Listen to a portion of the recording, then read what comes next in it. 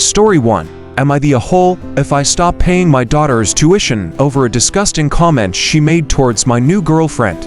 My 56 male wife died at the young age of 51 from a car accident. I was in deep mourning for about a year after her death. I met my new girlfriend Claire, 43 female, around January. Claire was the one who made me laugh for the first time after my wife died. She's smart as hell, 3 Ivy League degrees, has a dark sense of humor that I love, a terrific cook, and overall an amazing woman who I can imagine spending the rest of my life with. She is also on the heavier side, a fact that becomes relevant later. I have 2 children, Emma 25 female and Anna 19 female. They were well aware that I had gotten a new girlfriend before I first introduced them to Claire this summer. She got along immediately with Emma, but Anna was very standoffish. After that initial meeting, I asked Anna if there was something wrong, but she denied it. Claire made a few more attempts to get to know Anna, but they were all rudely rejected. Emma and Anna both came home for Thanksgiving dinner. I asked Anna to please be polite during the meal since she's always been rude in her interactions with Claire, even though Claire has been nothing but gracious in return. The dinner was going as well as it could have for the first 10 minutes, although I noticed Anna glaring at Claire the entire time. When Claire went to grab her 3rd helping of mashed potatoes, Anna said, "Don't you think you've eaten enough, you fat pig?" Claire started sobbing immediately and ran off into the bedroom. I felt my face turn red and told it to get out. About half an hour after Anna left, I texted her stating that I would no longer pay her tuition unless 1. She apologized to Claire, and 2. Claire accepts her apology. Anna must have assumed that I was bluffing because she instead doubled down on her behavior during Thanksgiving dinner. I then logged into her university's tuition payment website, canceled next semester's tuition, and sent Anna the screenshots. She called me crying and begging me to reconsider, but I told her my mind was made up. Story 2. Am I the a-hole for smoking weed in my living room on the day that my 2 younger cousins visited? So here's the deal. I 19 male smoke weed all day, every day. It's just a normal part of my routine, and I don't see anything wrong with it. And this is not something that I want to be judged on. My mom is completely against me smoking weed, and she's always telling me to stop. I believe that cannabis is nature's medicine and that society is oppressive to those who use it. It has helped me in so many ways, and it upsets me that it's still stigmatized. My mom told me a few days ago that my uncle and younger cousins 4 and 6 years old would be over around 3 p.m. yesterday and asked me to not smoke on that day. She always gets upset if she sees me smoking, so I didn't do it while she was home. She went to the grocery store in the morning, and I figured it would be okay to blaze up in the living room with the windows open before my cousins showed up. Well, as it turns out, my uncle and 2 cousins showed up early and walked in right as I was in the middle of smoking a joint and lounging on the couch in my underwear. It was a really embarrassing moment, and I'm sure my small cousins were shocked to see me like that. To make matters worse, they saw me coughing in a haze of smoke as they walked in. My uncle was upset, and he screamed at me for smoking in front of the children and being irresponsible. He told me that I needed to grow up and start thinking about the consequences of my actions. I could tell that he was really disappointed in me, and the whole situation made me really frustrated. I know this was not a good situation, and I regret that my cousins had to see me like that. But here's the thing. I don't think I did anything wrong.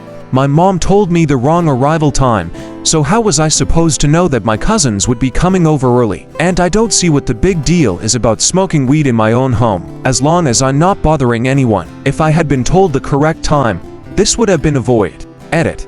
I smoked weed in my living room while my mom was at the grocery store, and my uncle and young cousins showed up early.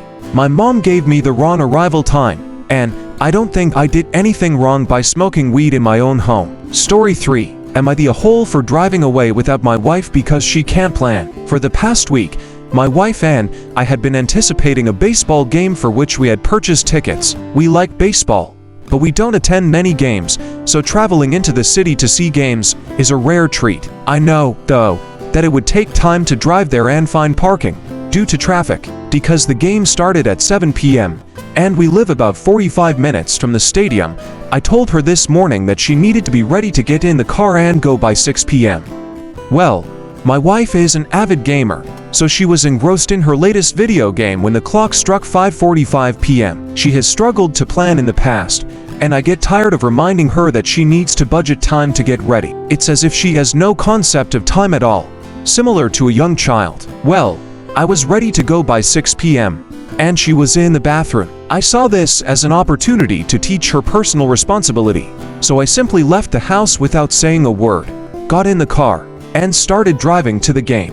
It took my wife a few minutes to figure out what I had done, but when she called me, she was absolutely furious. She said that it was a completely unacceptable move for me to leave without telling her and that she now had no way to get to the game without paying for parking. I told her that I got tired of constantly waiting for her and that she would plan better next time if she didn't want to get left behind. I also reminded her that I had told her that morning when I expected her to be ready to leave.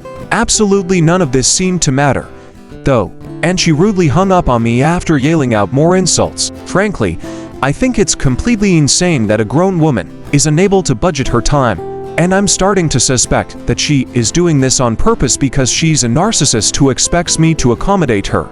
After all, she's not a dumb woman. She has a science degree.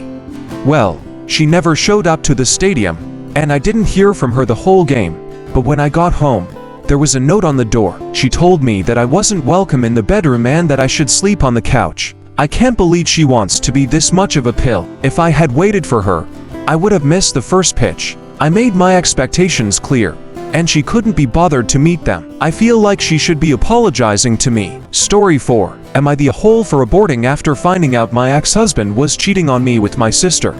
About 2 months ago I became pregnant. What was supposed to be a life-changing experience was ruined. I found out my soon-to-be ex-husband Tristan was cheating on me with my sister Donna for nearly 2 years. They got messy and I found the messages. I didn't even try to apologize when I confronted them.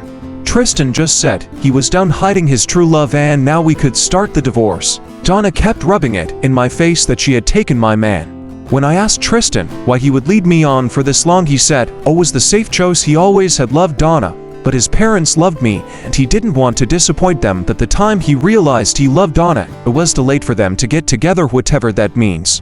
I was completely heartbroken. He wasn't kind at all. When we started the processing and with the prenup and me begin a stay-at-home wife, I had nothing. I moved out to live with my best friend Christina and her family before he kicked me out like I knew he would. They have been so kind and caring. My mom took my sister's side, and my dad and brothers stayed neutral, which to me was basically taking Donna's side. During all of this, my mind was so stressed and I couldn't think about how now I basically had become their surrogate. Since it would take a while for me to find a job to feel I study in college is very hard to get a job in without connections, and even that you need years experiences, which I didn't have, and he would be the primary parent and could just trick my baby into seeing Donna as their mom. I couldn't let that happen. I talked with Christina and she was fully on my side. It took a couple days, but I was set. I didn't tell anyone apart from Christina about what I was doing. I had the operation. I felt empty, but Christina has been amazing. I decided to tell Tristan what I did. I just texted him I'm no longer pregnant. After that my phone was blowing up with messages and calls from them. They though I had miscarriage and were concerned. After I revealed what I had done, the message switched up and called me all names under the sun. Donna threatened to get back at me for doing this to her man. Tristan called me heartless and my brothers have disowned me. Not that I care really. My mom, like Donna, called me names and said I wasn't her daughter anymore. My dad hasn't spoken to me since. I don't think I was wrong. I don't want to be tied down to these people, and that's all the baby was going to do. But some friends, not Christina, said I took my anger on an innocent kid and I would love it despite the circumstances. Story 5. Am I the a-hole for what I wore in front of my boyfriend's friend? 2 days ago, my 21 female boyfriend, 23 male, had his friends over. I knew they were coming since he'd told me the night before. It was really warm surprisingly, and all I was wearing was a sports bra, sort of low cut, and kinda tight shorts. I sat on the couch next to my boyfriend for a little whilst they played some game on the TV, and then I went to get some lunch. By the time I was finished eating, they had left and my boyfriend completely blew up at me. He said I was dressed like that for attention. I made all his friends stare at me.